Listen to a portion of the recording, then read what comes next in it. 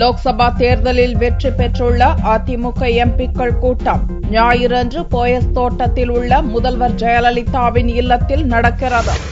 நடந்து முடிந்த லோக்சபா தேர்தலில் தமிழகத்தில் உள்ள 39 தொகுதிகளிலும் அதிமுக தனித்து போட்டியிட்டு 37 இடங்களை கைப்பற்றியுள்ளது. வெற்றி பெற்ற அதிமுக எம்பிக்கள் கட்சித் தலைவர் ஜெயலலிதாவை சந்தித்து ஆசி பெற விருப்பம் தெரிவித்துள்ளனர். ஆனாலும் சிவகங்கை, கிருஷ்ணகிரி தொகுதிகளில் நள்ளிரவு வரை ஓட்டு எண்ணிக்கை நீடித்தது.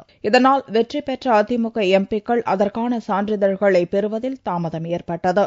இதைத் தொடர்ந்து அனைத்து எம்பிக்களையும் ஞாயிறன்று தனித்தனியே சந்திக்கவும், அதைத் தொடர்ந்து எம்பிக்கள் கூட்டத்தை நடத்தவும் முதல்வர் ஜெயலலிதா திட்டமிட்டுள்ளார். இதன்படி ஞாயிறன்று சென்னை போயஸ் தோட்டத்தில் உள்ள முதல்வர் ஜெயலலிதாவின் இல்லத்தில் அதிமுக எம்பிக்கள் கூட்டம் கூட்டப்பட்டுள்ளது. இதற்கான தகவல்கள் புதிய எம்பிக்களுக்கு தெரிவிக்கப்பட்டதை அடுத்து அவர்கள் சென்னைக்கு புறப்பட்டு வந்துள்ளனர். பாரதிய ஜனதா தனிப்பெரும்பான்மையுடன் மத்தியில் ஆட்சி அமைக்கும் சூழ்நிலையில் தேசிய அளவில் 3வது பெரிய கட்சி என்ற பெருமையை பெற்றுள்ள அதிமுக 15வது லோக்சபா நடவடிக்கைகளில் முக்கிய பங்காற்ற வேண்டிய நிலையில் உள்ளது. பார்லிமென்டில் செயல்படுவது குறித்தும் அதிமுக எம்பிக்களுக்கு ஞாயிறன்று நடக்கும் கூட்டத்தில் விளக்கப்படும் என்றும் கட்சி வட்டாரத்தில் கூறப்படுகிறது.